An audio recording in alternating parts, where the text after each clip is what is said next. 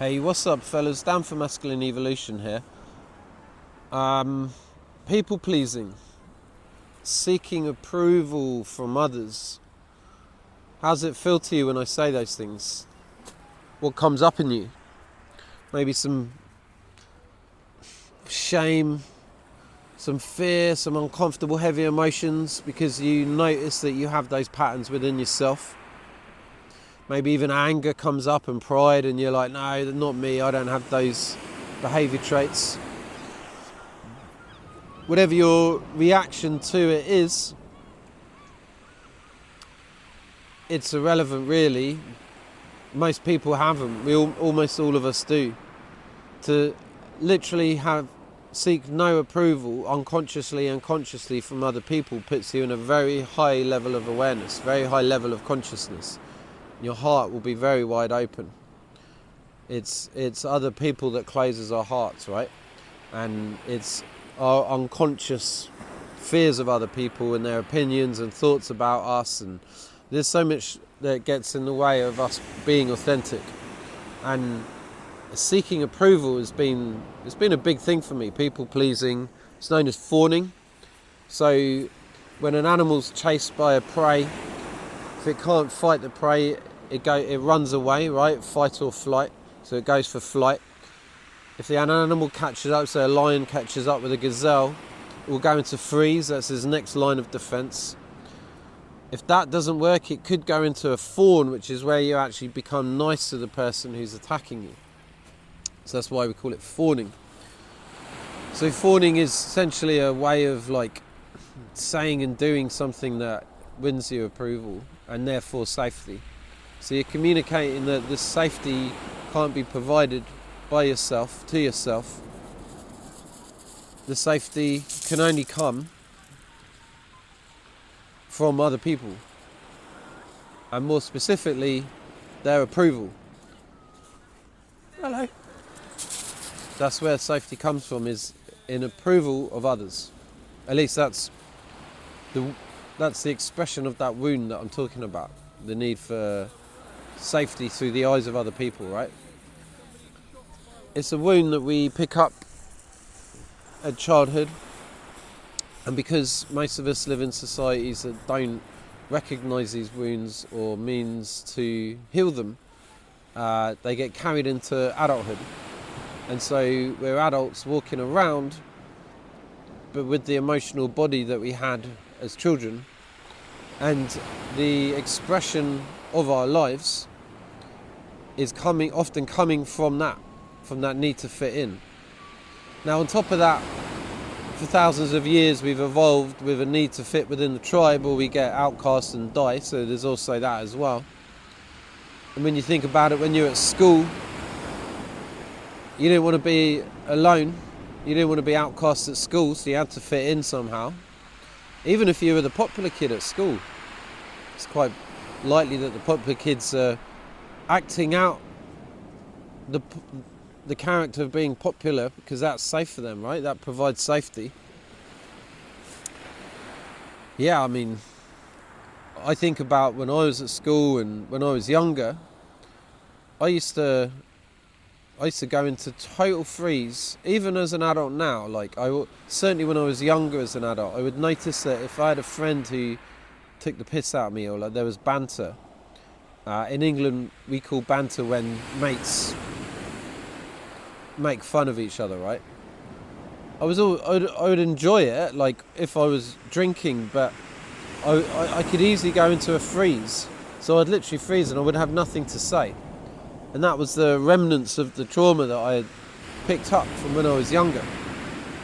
Now, when we go from fight or flight response, which is stress, to freeze, which is where we're like, we don't know what to say or do, that can become quite traumatizing to us. It can actually leave traumatic residue within our body and mind if we don't go from freeze back to fight or flight.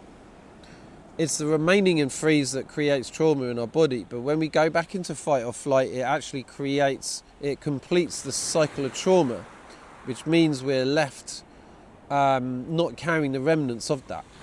So when we were younger and we went into freeze states and we remained in freeze states, that's responsible for a lot of the trauma and the emotional residue that we carry as kids.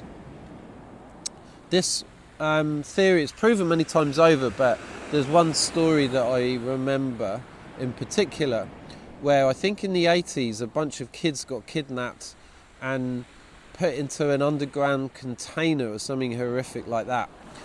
And all of the kids, apart from one, went into freeze state. So the kids just couldn't do anything, they were terrified.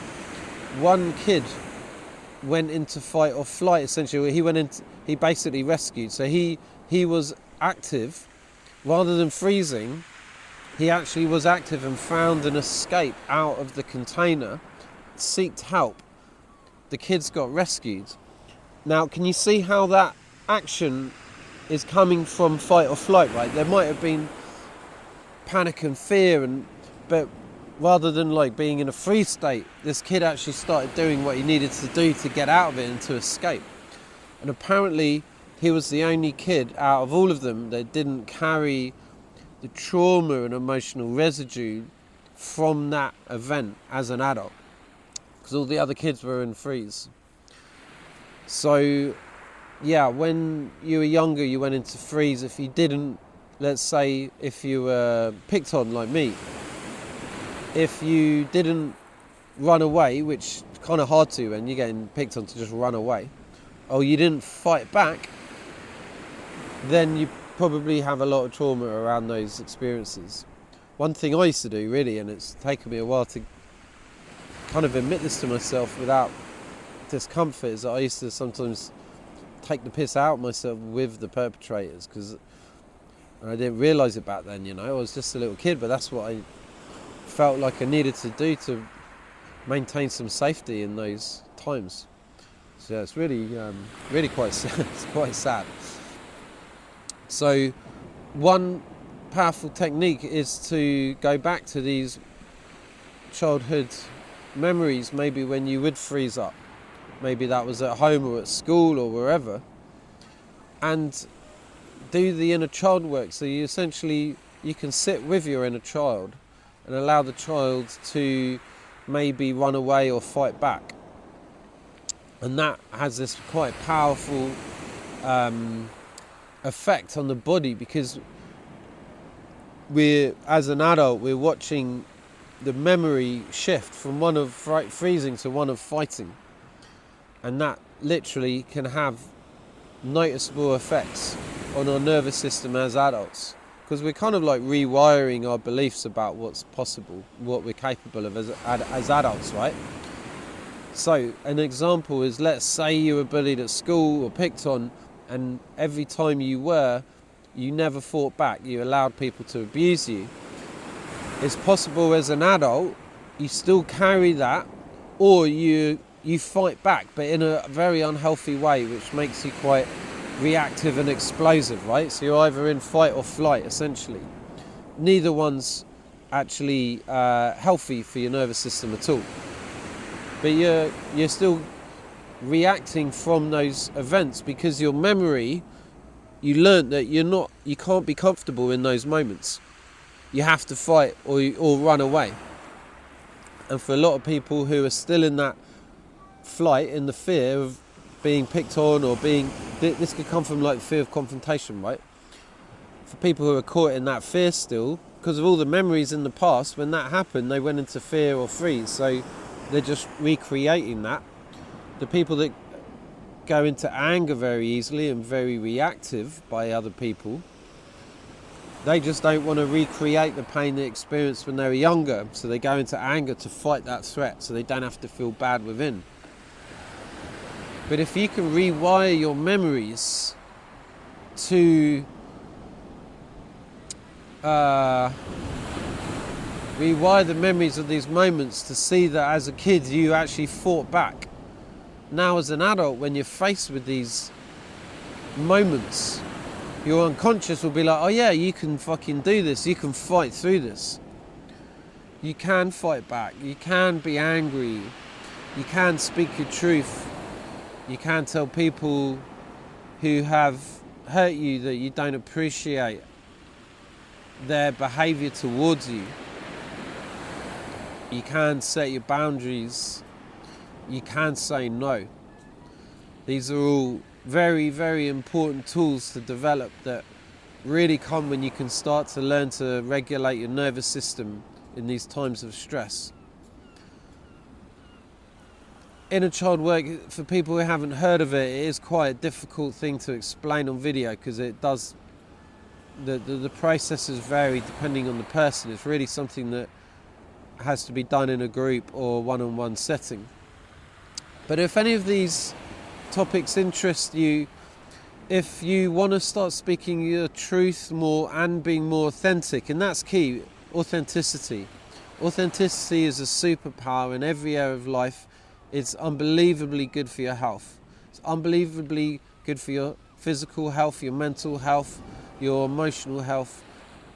Being authentic it's a must for everyone, really, if you want to be happy.